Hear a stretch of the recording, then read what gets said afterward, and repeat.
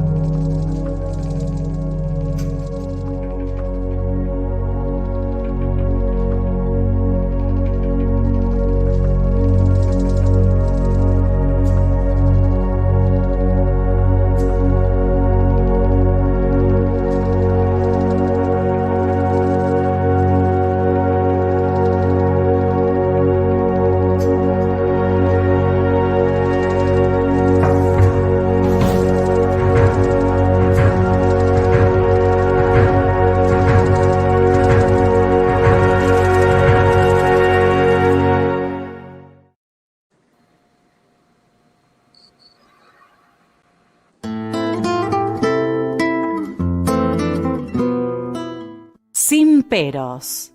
Un momento de compartir, aprender y disfrutar. Espera lo inesperado con la licenciada Susana Rasinski.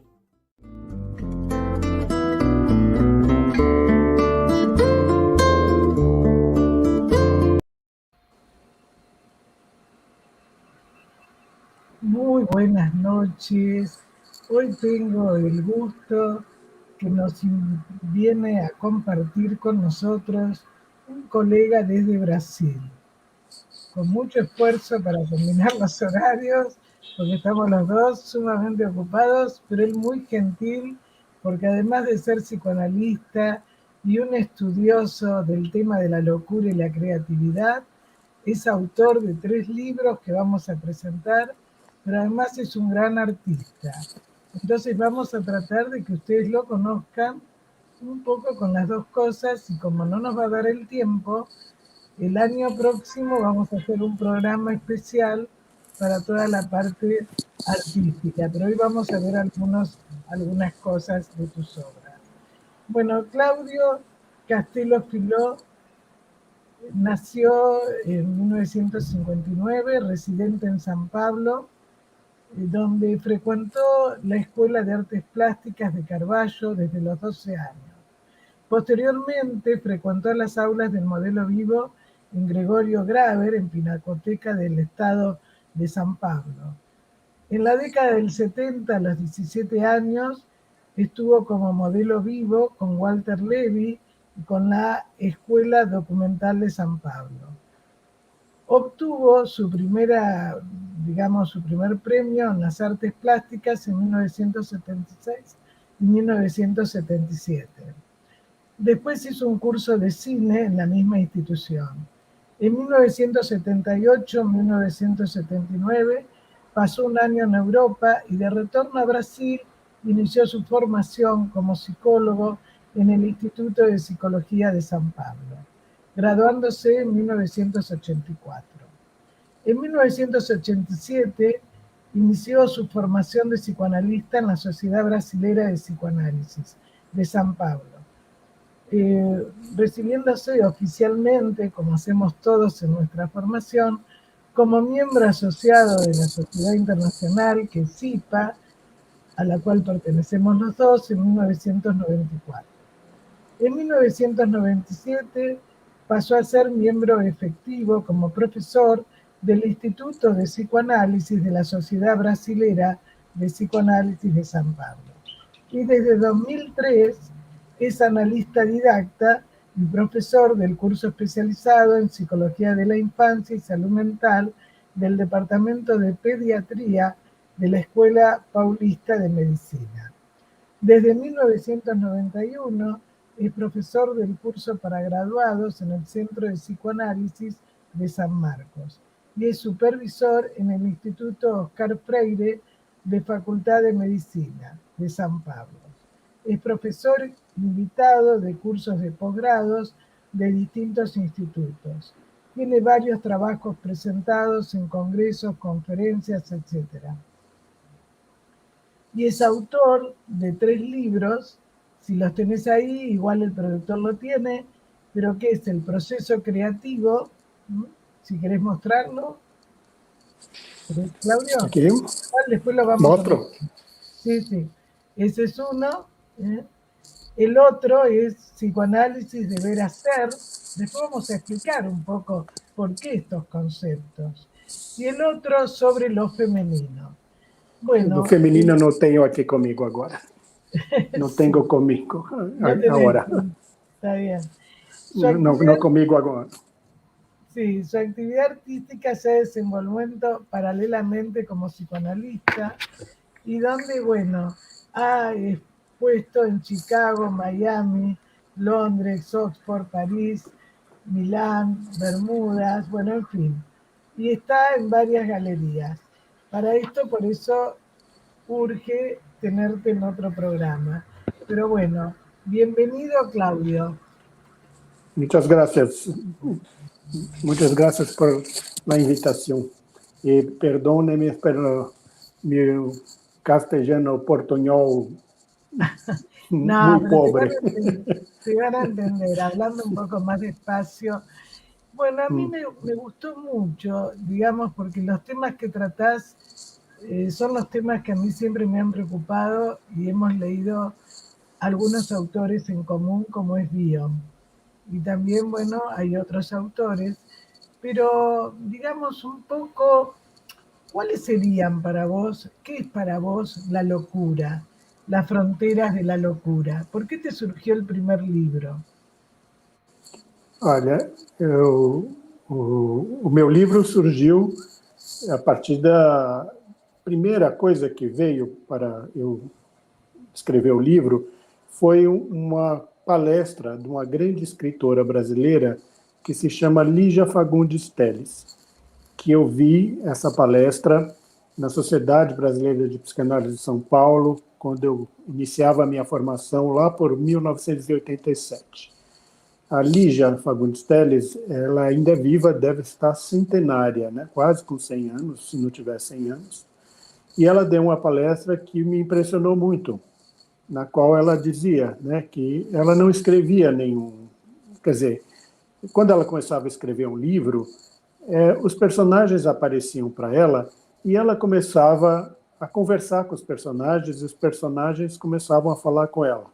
E ela começava a brigar com os personagens, discutir com os personagens. E os personagens é que iam apresentando a história para ela e não ela que ia decidindo qual era a história. Espera un segundo, Claudio. Claudio, claro. Claudia está diciendo que lo motivó la escritura una escritora. Y donde esto tiene que ver mucho con un tema que él plantea en el libro, que ¿qué es la percepción para nosotros, para el paciente? ¿Cómo miramos y cómo de alguna manera tenemos que ser como los poetas? Estar abiertos. Pero seguí un poco, que bueno, cualquier cosa voy aclarando un poco más. Habla un poquito más despacio para que la audiencia te entienda más. Que ela ia ao supermercado, que ela ia ao banco, cuidava dos afazeres da casa. Mas que se as pessoas percebessem o que acontecia na cabeça dela, que certamente iriam interná-la no hospício. Só que ela estava fazendo tudo isso e escrevendo o livro. Então que havia uma possibilidade de conversa entre essas dimensões, que seriam essa do aspecto criativo que ia se apresentando para ela e que poderia ser visto por outra pessoa como uma loucura dela estar brigando e conversando com personagens, né? E os personagens decidindo que destino que tinham, e ela fazer todas as outras afazeres domésticos dela. Uma outra grande atriz, que é a Fernanda Montenegro, uma grande atriz brasileira, que ela também conta situações parecidas, né? Que a filha dela, que também é atriz, Fernanda Torres, dizia que quando ela via a mãe no palco, ela nunca tinha visto uma pessoa tão louca no palco quanto a própria mãe. E que a mãe trabalhava numa linha que ela achava, a filha dela, muito perigosa. Só que isto a gente ouvia, essa história contada para a Fernanda, numa entrevista onde você tem uma senhora muito bem composta, muito educada, muito fina, né? E esta senhora, né, ia falando dessa situação onde ela tinha duas personas, né? Uma que era o nome de batismo dela, que se chama Arlete, e a outra que é a Fernanda Montenegro, que ela diz que é um nome de luminosos. Vamos a Nome de... tirar un poco, porque no sé Diga. qué pasó, que hubo un ruido de afuera, por eso me levanté. A ver, Sim. lo que está diciendo Claudio, cómo a través de la escritora, de la otra autora, pero que nos pasa muchas veces, una persona que puede parecer muy loco lo que hace en un aspecto, pero en otro no parece tan loco. Entonces, ¿cómo nos damos cuenta nosotros si es una locura, es una alucinación o realmente qué es? O sea, ¿cuál es la frontera de la locura? ¿Y cómo nosotros como analistas tenemos que hacer? ¿Nos metemos en la locura, como dice Bio, que yo comparto, sin tener temor a meternos en la locura, ¿no? Porque una de las cosas es no poder hacer el análisis desde nosotros, sino desde lo que el otro nos muestra. Entonces continúa, Claudio. Eu penso que a análise pessoal vai pôr a gente em contato com essas dimensões mais primitivas e mais primordiais e mais loucas que nós temos. O meu analista, o primeiro grande analista que eu tive, que foi uma pessoa muito importante e decisiva na minha vida, que foi o Dr. José Longman, que era um analista de data aqui da Sociedade de São Paulo, ele dizia que o grande problema da vida não é uma pessoa ser louca, é ela não saber que é louca. Porque uma pessoa que sabe que é louca, ela já não está tão louca assim, porque ela tem uma parte dela que não é louca, que pode cuidar da outra. Então, uma pessoa que sabe que é louca, ela pode se cuidar. A ver, esperá porque tú hablas bastante rápido para que te entienda. Sim, vou Él devagar. está hablando de una psicoanalista, Longman, que en 1984 escribió justamente, ¿no? ¿Qué es ser loco? A ver, ¿qué entendemos nosotros por loco? ¿Cuántas veces ustedes escuchan, estoy loco, mirá lo que me dicen, ¿no? Simplemente por ser creativo, por hacer algo diferente a lo que hace el otro. Y cómo a veces cuando uno representa la locura familiar, está todo puesto en el loco. Cuando la persona comienza a darse cuenta que no está tan loco, donde, como decía Blecher acá entre nosotros y Enrique Pichón Rivier, la locura aparece en la familia. Entonces lo que dice Claudio, ¿no? Que hay que tener mucho cuidado cuando uno rotula, que hoy en día se entiende, ¿no, Claudio, lo que digo? O sea, cuando uno pone un nombre, ¿no es cierto?, un título al paciente o al otro, después se lo medica y en realidad se lo encasilla. Entonces, Claudio está hablando acá cómo tenemos que percibir nosotros, ¿no? Por eso vos nombrás en tu trabajo a Longman, ¿no? Es decir, desde qué mirada tenemos que ver al otro.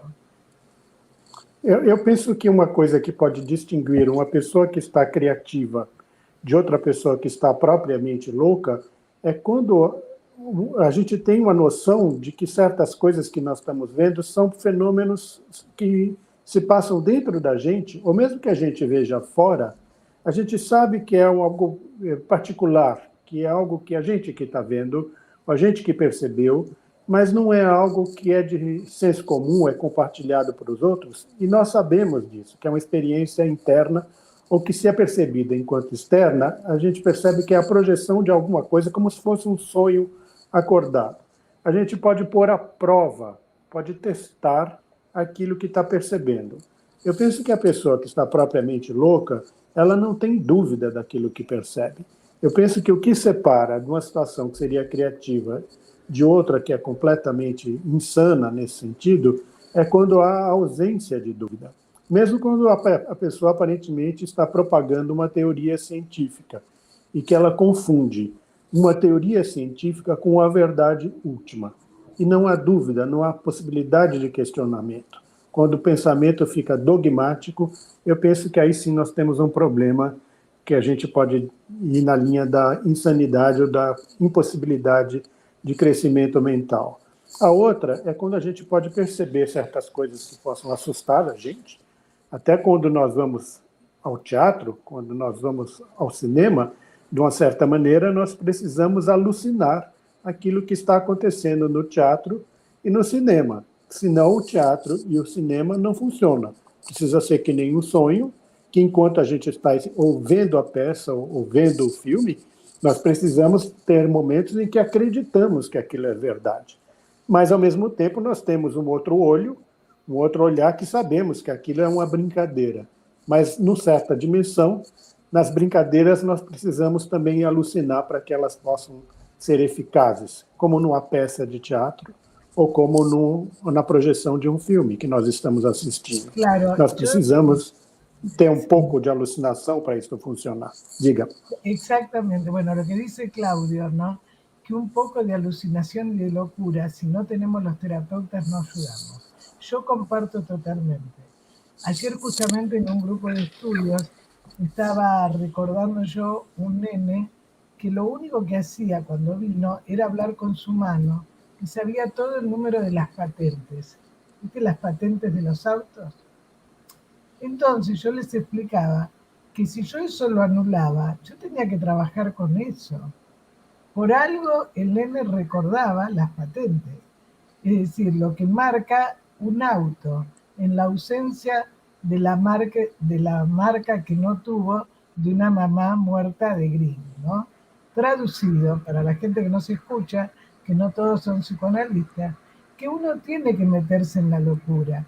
Si el terapeuta no se anima, no puede trabajar con la parte sin vida del paciente. Y que además, la parte creativa, que no solamente puede ser escindida, poder aceptar que el otro nos puede llevar por caminos como en el sueño, que es totalmente creativo, ¿no? Eu penso que a gente precisa ter cuidado, né, também quando a pessoa diz que tem um sonho, se a gente está efetivamente observando um sonho, né? Porque muitas vezes há pacientes que descrevem algo como um sonho e que a gente pode ver mais, ou que pelo menos eu percebo mais, algo que está na linha da alucinação, de algo que a pessoa está vivendo concretamente na presença do analista e na sala, do que propriamente ela está descrevendo um sonho, uma experiência que está ausente ou que está representada, mas mais como um fato acontecido e que está acontecendo durante a própria sessão. Então, às vezes, eu penso que precisamos ter cuidado em distinguir, mesmo quando a pessoa diz que está tendo um sonho, se aquilo é mesmo o que eu chamaria de um sonho, né? Mas o que eu penso que é a questão, mesmo da alucinação, ou como todas as outras coisas que temos, é o uso que fazemos. Se a gente faz, para nós podermos perceber algo que nós intuímos, é preciso que haja uma representação visual ou de alguma outra natureza para que possamos perceber aquilo que intuímos, que é algo invisível. Mas aquilo que é invisível, que é intuído, precisa de uma representação para nós podermos perceber. E esta representação se apresenta na forma de algo alucinado, de algo que é visualizado. Por exemplo, o sistema solar, com o Sol no centro e os planetas girando em volta, não é algo que se pode ver, né? Foi algo que alguém visualizou, ouviu internamente, e depois apresentou uma representação gráfica disso que visualizou. O que, mesmo que se você mande uma sonda, como se manda sondas para os confins do sistema solar, essa imagem do Sol no centro com os planetas girando em volta não é algo que é perceptível, não é algo que possa ser registrado, é algo que se vê na mente e que nós desenvolvemos, então, representações daquilo. Então, alguém precisou alucinar esta imagem do Sol no centro com os planetas girando em volta, lá em torno de 1500, 1600, né? Então, é preciso que a gente possa usar esta capacidade alucinatória a serviço dos sonhos, que é diferente quando usamos a capacidade alucinatória para evitar ou substituir o contato com a realidade. Então, tudo depende do uso que eu penso que é feito dessas capacidades. Mirá. Pois não. Pois não. Claudio está diciendo, a ver, que es importante la capacidad de alucinación, que cuando la persona lo hace, justamente porque el contacto con la realidad es muy doloroso. Por eso, por ejemplo, en el ejemplo del sueño, cuando nosotros no nos acordamos, lo que nos acordamos es lo que permitimos que llegue a la conciencia. Entonces, con la ayuda del terapeuta podemos ir un poco más profundo. Continúa, Claudio, porque te lo voy a ir haciendo un poco más despacio para que la gente pueda comprenderlo, ¿sí? Sim, eu penso que a questão da alucinação depende do uso dela. Você pode usar a alucinação porque você não suporta a realidade e você cria um mundo próprio que tenta substituir este mundo e você vai tentar viver dentro deste mundo que você produziu. A outra situação é que tudo aquilo que nós intuímos precisa, de alguma forma, ser visualizado ou ouvido para que a gente possa ter uma representação e comunicar para nós mesmos e para outros, né? Então, nós precisamos usar de imagens que nos aparecem, ou que se formulam como se fossem imagens-sonhos. Os sonhos também, como dizia Freud, precisam se valer da alucinação para que eles possam se tornar visíveis, porque senão eles não seriam visíveis. A ver, ou audíveis, né? Claudio Diga. dice, ¿cuándo se puede utilizar las imágenes? ¿Cómo a través de las imágenes podemos llegar a la representación? Cuando uno llega a representar, obviamente, digamos, lo va a aliviar, va a empezar un proceso de elaboración. ¿Quieres que pasemos alguna imagen? ¿O seguimos hablando, como tú quieras? Olha, eu às vezes posso me valer de imagens que aparecem para mim durante uma sessão, mas todas as leituras que eu tenho, os filmes que eu vejo, as peças de teatro ou as obras literárias que eu vejo, elas me permitem imagens, né? Por exemplo, alguns livros, quando se tratam de grandes autores, né, quando eu tenho Tolstói, ou Proust, ou outro, Edith Wharton, que eu gosto, Machado de Assis, essa de Queiroz, eu penso que são grandes autores, né, como Proust, e quando eu vou lendo, eu vou vendo as cenas. As cenas se tornam visuais na medida que eu leio. Quando eu leio Tolstói, eu vejo os personagens, né? Eles aparecem para mim e, de alguma maneira, eu me lembro quando eu comecei a ler Proust, eu era muito jovem, e eu comecei a ler e eu comecei a ler em português e eu falei, não, esses personagens não falam português, eles falam francês. E eu comecei a ler em francês e eu ia interpretando as falas das personagens e eu as via. Tanto eu as via que depois elas foram se transformando em representações pictóricas, quadros que eu pintei, estimulados a partir das obras de Proust, né, por exemplo. Então, Claudio está diciendo que del portugués él empezó a leer autores y a estudiar francés. Esto lo llevó a pintar. Não. Eu falo francês. Je parle français. Habla francês. Também hablo francês. Empecé a ler Proust em português. Mas me dijo, esses personagens não hablam francês. Eles hablam francês. Então, empecé a ler La Recherche em francês. E, enquanto lia, interpretava as vozes, lia em voz alta os personagens e las via também. Las via de tal forma que depois pintado as cenas em meus quadros, mis representações, mis visualizações de las imágenes que me surgiam enquanto lia o romance de Proust, que veniam com as vozes também. E eu falava enquanto lia os personagens.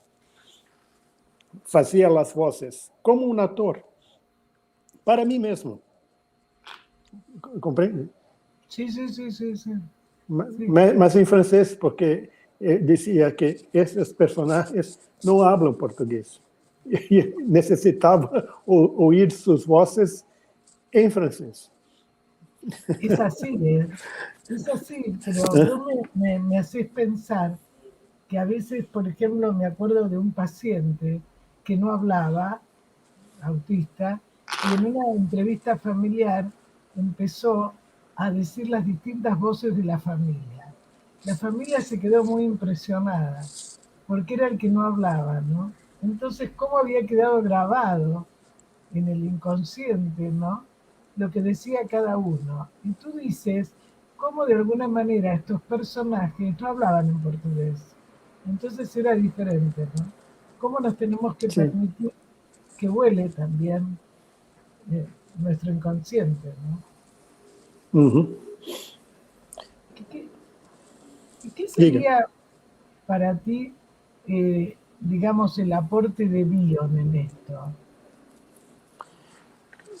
Olha, Vos hablas eu de penso. justamente de lo que estás hablando, la necesidad de experimentar el estado de alucinación, de locura, Sim. y hablas incluso de tener una mirada binocular. Pero ¿cuál sería el aporte para vos de Bion en todo esto? Que vos lo trabajás. Por exemplo, em uma das conferências que ele traz aqui no Brasil, uma das conferências de Bion no Brasil, ele fala que Freud teria dito que um dos seus pacientes tinha fobia de meias. De meias, eu não sei como é que se... Aquilo que se põe dentro do sapato que calçamos para... Não sei como se diz em espanhol. Meias.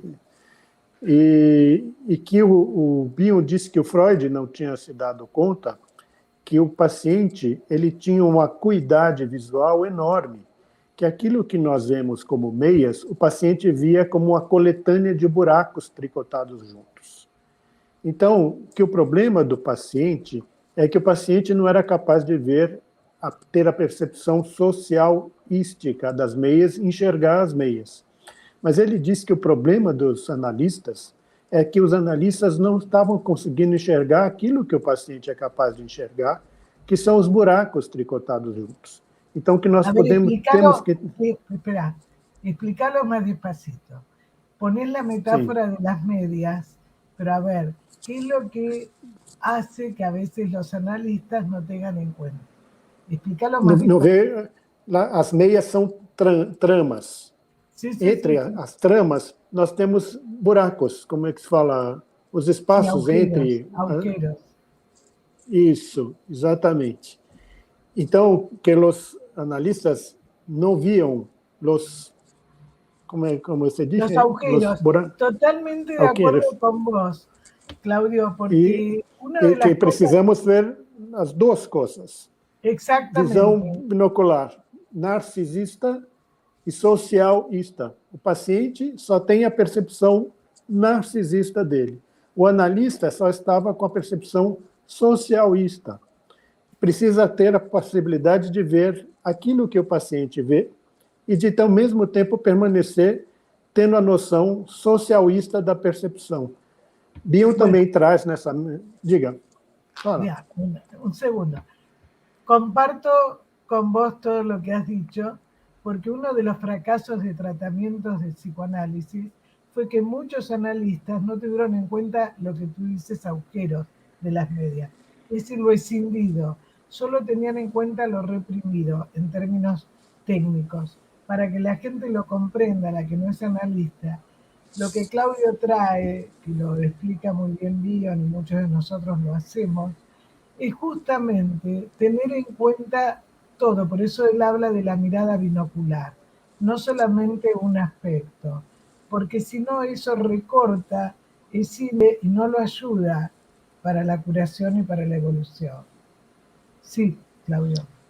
Sim, no outro trabalho, eu acho que o trabalho é aquele How to Make the Best of a Bad Job, eu acho que é neste. O Bion fala também de uma situação, ou se não é nesse, ou em evidência, talvez. Ele fala de uma situação em que também a Hannah Siegel dizia que o paciente achava que, quando eu tocava violino, ele estava se masturbando em público. E que, para ele, Bion, era necessário que nós nos dessemos conta que o paciente estava se masturbando em público. O problema do paciente é que o paciente não via que ele também poderia estar tocando violino. Os analistas ficam só com a visão do tocar violino. e não percebe o masturbar-se em público, fica como se fosse uma visão que é correta e a outra é errada. E nós precisamos considerar as duas como sendo complementares e necessárias que possamos enxergar. Porque Era senão tan nós estamos... importante una cosa como otra, exactamente. Sim, e Exatamente. que nenhuma é a certa ou é a errada. As duas são percepções da mesma coisa, como na questão do psicossomático ou somapsicótico. Você vê a mão por um lado e vê a mão por outro lado. Parecem coisas diferentes, mas basta o ângulo que a gente veja, né? Psicossomático, somapsicótico, ou masturbando-se em público, ou tocando violino, ou meias, ou, eu esqueço o nome, ok, os buraquinhos, eu esqueço, alqueires. Los agujeros que dice Grosstein, sí. Isso. Sí, bueno. É preciso que tenhamos em conta as duas coisas. Así Sí. es. Bueno, vos en el segundo libro, que es Psicoanálisis Deber Hacer, esto también lo seguís profundizando. Si querés mostrarlo al libro, vos y Adrián, el segundo libro, Ver Hacer. Pela editora Blucher, aqui de São Paulo. Pode se encontrar também pelo amazon.com.br. Ah, muy bien. Bueno, en este libro haces mucho hincapié justamente en lo que estábamos hablando, ¿no? ¿Cuál es la actitud del terapeuta para no rotular y no saber de antemano lo que va a decir, sino poder abrirse a lo desconocido? Pero comentanos un poquito vos. Comentamos um pouco? Não ouvi. Sí, comentamos de este libro. Yo dije un adelanto, pero bueno. Porque o que eu penso é que a única função de uma psicanálise é apresentar uma pessoa a ela mesma, seja lá o que isto for. Na linha daquilo que Bion também diz no Memorial do Futuro, a Memoir of the Future, em que ele diz que se uma pessoa for um ladrão, um voyou, um thief, né, ele vai ser, com análise, o melhor ladrão. Né? Então, em última instância, nós estamos para ajudar a pessoa que ela possa ser ela mesma, seja isso o que bem a ser. Não tem uma dimensão que seria moral, certa, errada, mas é apresentar uma pessoa para aquilo que ela de fato é. É a única coisa que se pode fazer, que uma análise pode ser útil. Se eu entrar em contato comigo mesmo, tá certo? Eu posso contar com aquilo que eu de fato sou. Se eu fico a vida toda tentando apresentar para os outros aquilo que eu imagino que os outros esperam de mim, eu acabo me separando ou rompendo comigo mesmo e não posso contar com a minha própria pessoa para eu me desenvolver e lidar com os problemas da vida, né? Separado ou em litígio comigo mesmo. Se eu apresento uma pessoa para ela própria e ela puder suportar o fato de ser quem ela é possível que ela se veja em condições de lidar com as situações da vida e até com o fato de que ela possa ser minoria em relação ao resto das outras pessoas. Toda pessoa que eu penso que tem... Só para terminar. Toda pessoa que possa ter um discernimento, um pensamento próprio, seu próprio, e que não é do grupo, e que não é o que se diz que deve ser, sempre é minoria. Siempre. Diga. Bueno, no, iba a traducir un poquito lo que decía. La importancia que es ser uno mismo.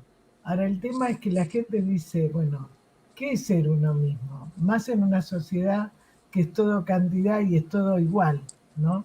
Entonces, justamente se trata de no diferenciar, de que la gente no sea uno mismo, ¿no? Y tú decías algo que es muy importante, que hasta que uno no es uno mismo, aunque sea minoría, no va a ser feliz, porque va a seguir haciendo lo que los demás quieren, cambiando los mandatos familiares por los mandatos sociales, y donde a veces podemos coincidir en algunas cosas, pero en otras no. Entonces, ¿cómo sería, y lo que vos tratás en el libro, para que la persona pueda ser, no solamente hacer? Sim, eu penso que quando alguém pode ser maioria consigo mesmo, quando eu posso ser maioria comigo mesmo, eu posso me encontrar recursos para lidar com o fato de ser minoria. Porque sempre que alguém está de acordo consigo mesmo e não com aquilo que é a expectativa do grupo, ele vai ser minoria, não importa o que seja. Como Freud, ou como Melanie Klein, ou como Bion, na medida que mantiveram um pensamento próprio, tinham um discernimento próprio e que não seguiam o estabelecido, puderam ficar livres para pensar, se tornaram minoria.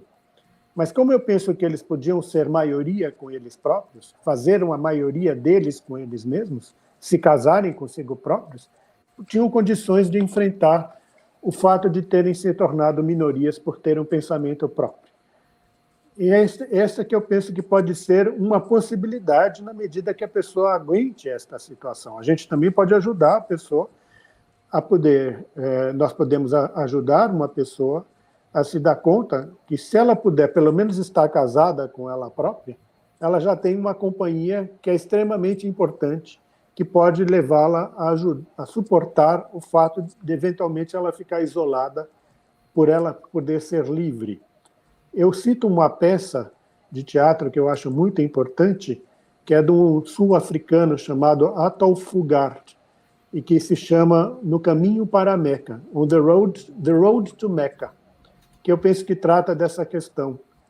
Nessa peça, a história de uma senhora que mora numa pequena comunidade da África do Sul e que ela começa a ser vista como bizarra ou maluca, porque ela começa a fazer, pensa a fazer esculturas que põem em seu jardim, as esculturas em seu jardim, que são esculturas que os outros acham estranho, bizarras, são tidas como feias, né? E que aquilo incomoda a comunidade, que é uma comunidade religiosa. E o pastor vai falar com ela para que ela tire aquelas esculturas que estão incomodando o resto da comunidade.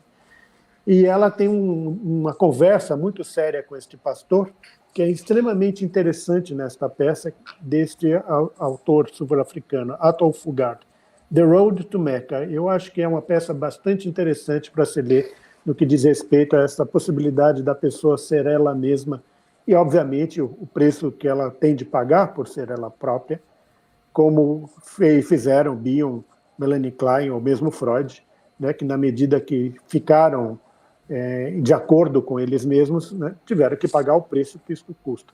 Isso a gente precisa, nós também precisamos mostrar isto para os nossos analisandos, que a coisa não é que vai ficar fácil, que vai ser feliz para sempre, mas se ela pode suportar o fato de ser ela própria e que é o único jeito que nós temos também para poder atender às necessidades que são genuinamente nossas. Não quer dizer que é ser contra o grupo, mas pelo menos nós podemos ser a favor de nós mesmos.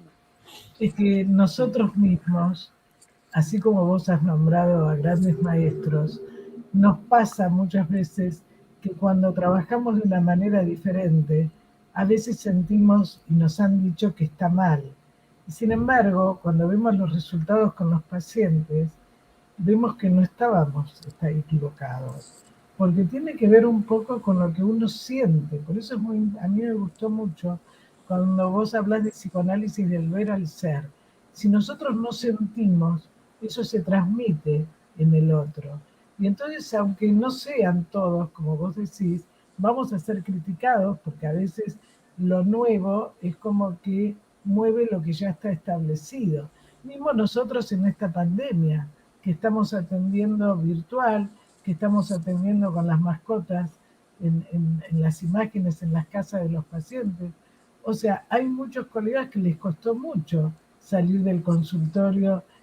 A algunos no nos costó tanto porque uno estaba acostumbrado no a atender virtual, pero con pacientes más graves siempre hemos tratado de utilizar la creatividad.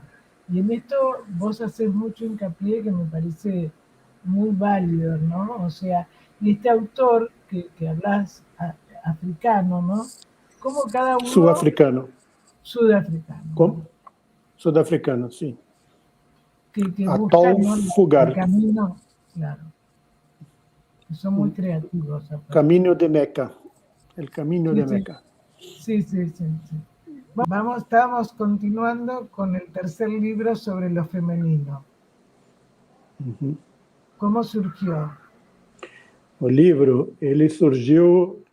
Eu tenho uma colega, uma amiga, que é psicanalista e ela também ela foi durante muito tempo uma grande marchande de arte.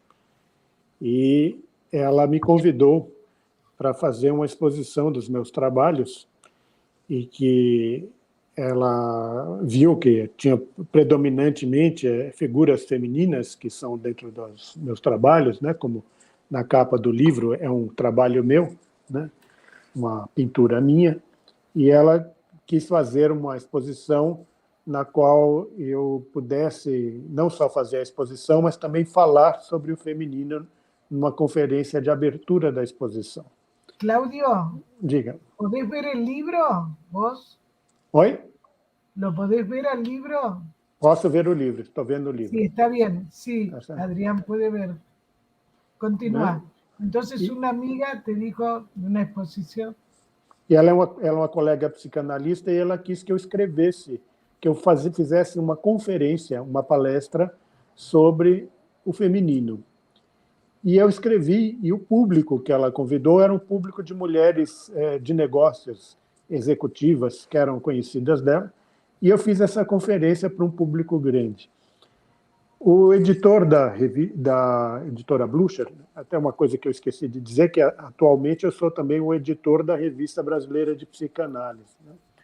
Mas o editor da revista não, a revista sou eu, da editora Blucher, o dono da editora, que é o Eduardo Blucher, havia me convidado para escrever um outro livro, depois que eu tinha publicado o Processo Criativo, e eu estava meio sem saber o que ele escrever, e ele queria que eu escrevesse um outro livro. Foi antes de publicar a Psicanálise do Vir a Ser, né? E eu comecei a conversar com ele dessa coisa que eu tinha escrito e feito essa palestra sobre o feminino, e aí ele me chamou para escrever sobre esse tema, escrever um livro sobre isso. Eu achei que era uma coisa que ia ficar meio esquisita, e eu achei que era uma coisa que podia ser mais interessante se eu escrevesse um capítulo, como eu escrevi, já tinha escrito, ia desenvolver a palestra que eu tinha escrito, e convidasse mais várias outras colegas mulheres para escrever também, e um outro homem para fazer um contraponto. Então tem eu, Renato Trachtenberg, que é um colega do Rio Grande do Sul e que é também colega que pertence, né, aí, psicanalista também aí na Argentina, né? Fez a formação dele aí na Argentina, que é o Renato Trachtenberg. Convidei o Renato para escrever um outro capítulo sobre o feminino e mais várias outras mulheres, colegas mulheres, para escrever sobre isto. E resultou neste livro, né, em que eu convidei 14 mulheres, mas das 14 mulheres, apenas 6 entregaram os seus capítulos sobre o feminino. Aí eu perguntei para algumas delas por que elas não escreveram sobre o feminino. Elas disseram que você devia ter nos chamado para escrever sobre os homens. Aí você ia ver quantos trabalhos você ia ter. Você fez escrever sobre o feminino, as mulheres, pelo jeito, tiveram alguma dificuldade de escrever sobre isso. Mas 6 colegas produziram textos maravilhosos sobre o feminino, 6 mulheres muito criativas. Uma delas escreveu um conto muito impactante, muito bonito. ¿Qué sería para vos lo femenino? O feminino, eu penso que tem a ver, primeiro tem a ver com a questão anatômica, mas eu penso que, como o Bion fez, a gente pode tornar essa situação mais abstrata, como ele fez na questão do continente e do contido, e que ele permaneceu para falar do continente e do contido, usando símbolos que são associados ao masculino e feminino, né? Que é o círculo com a flechinha para cima e o círculo com a cruz para baixo, que ele permaneceu utilizando. Eu penso que masculino e feminino tem a ver com aquilo que Freud também chamou da bissexualidade de todos nós. Eu penso que para eu poder trabalhar, isso usando de uma maneira mais ampla, né, que todas as coisas, para que nós possamos poder pensar adequadamente, essas coisas que nós pensamos, os pensamentos, eles precisam se articular, eles precisam se relacionar.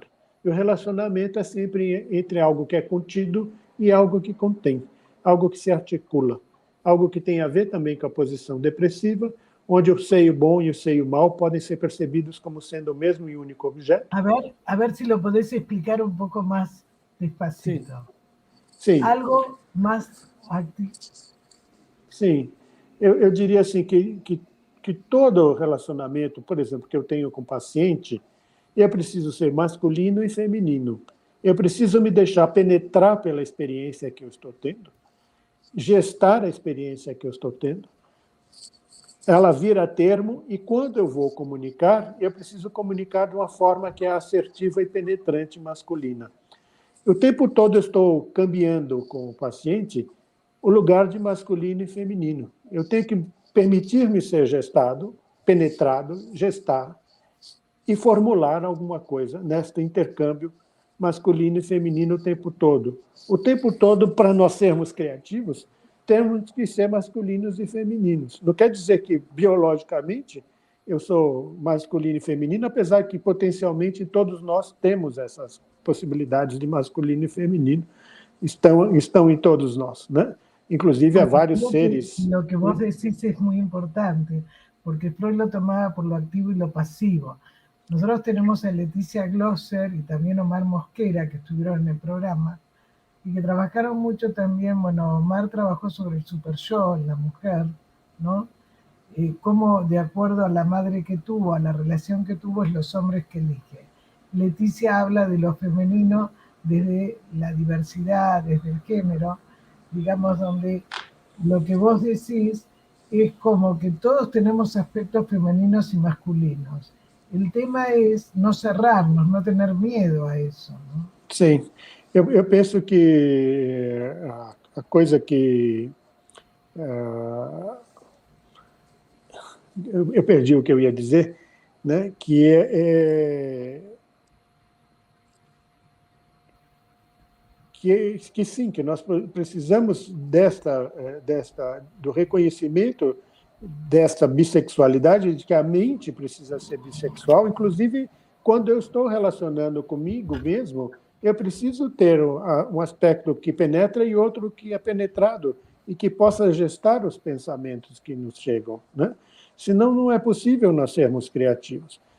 Esta questão do masculino e do feminino, né, eu penso que a dimensão do feminino é uma dimensão que, em geral, como disse Melanie Klein, gera muito temor, gera muito medo, porque ela tem a ver com o subjetivo, com o que é interno. Melanie Klein fez uma diferença que eu penso que é extremamente importante do trabalho de Freud, porque Freud dizia que a mulher era um homem castrado, era alguém a quem tinha sido amputado o pênis. E Melanie Klein vai dizer, não, isso não tem nada a ver. As mulheres não são homens a quem tiraram o pênis, elas têm outra coisa. Elas são diferentes. Então, a vagina não é a ausência de um pênis. O útero não é a ausência de um pênis. O clitóris não é a ausência de um pênis, é outra coisa. E essa questão anatômica determina a diferença psíquica de um homem e de uma mulher.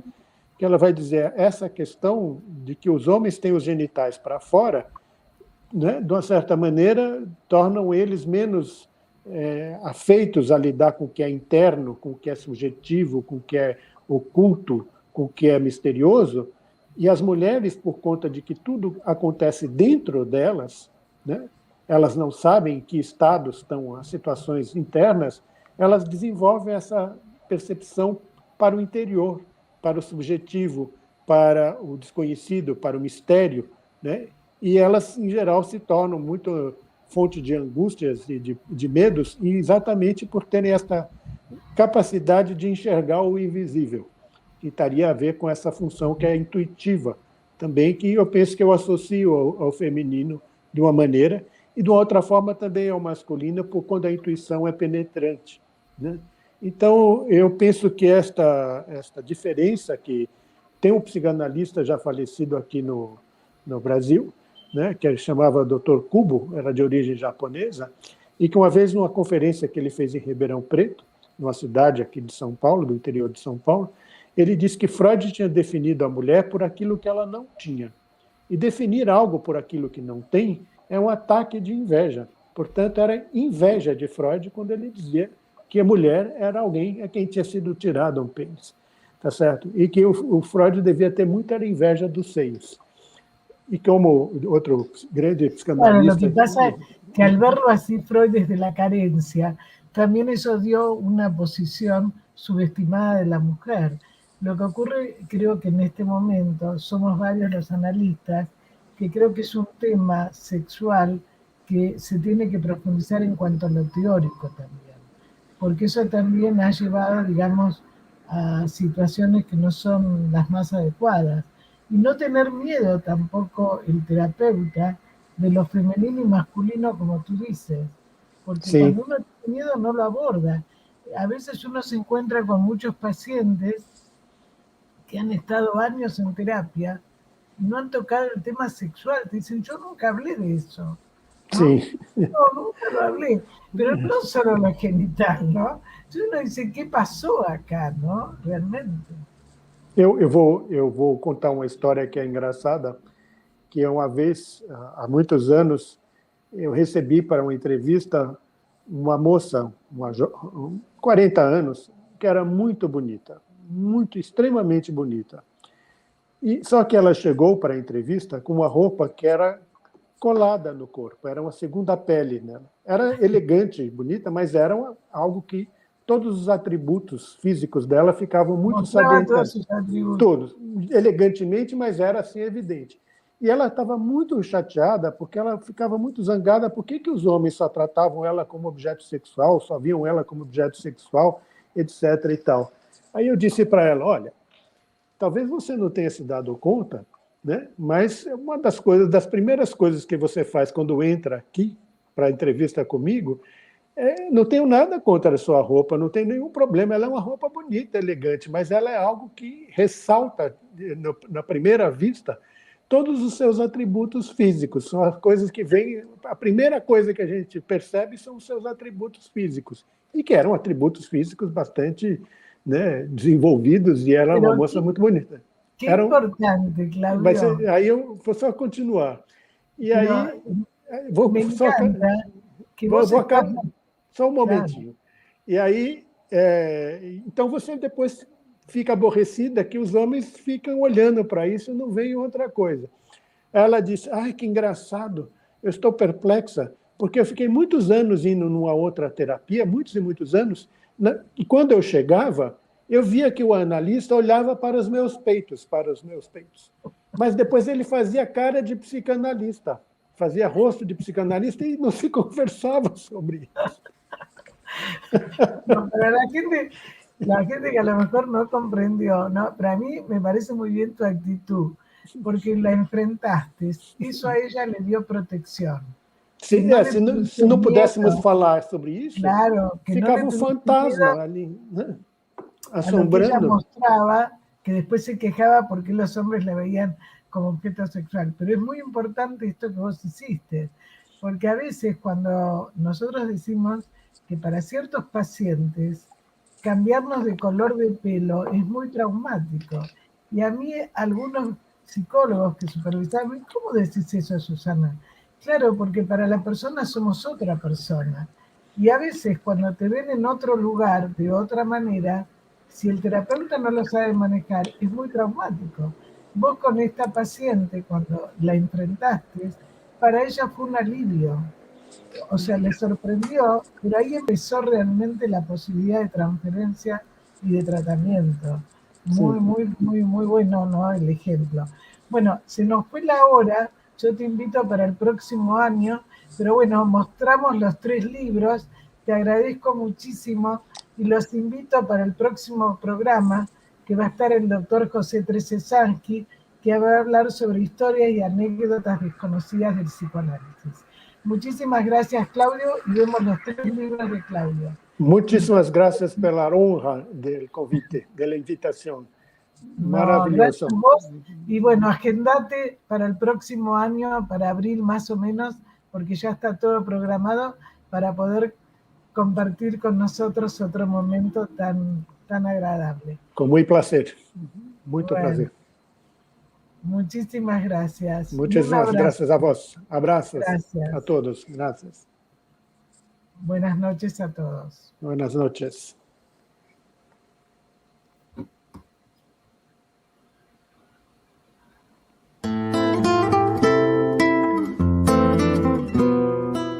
Sin peros. Un momento de compartir, aprender y disfrutar. Espera lo inesperado con la licenciada Susana Rasinski.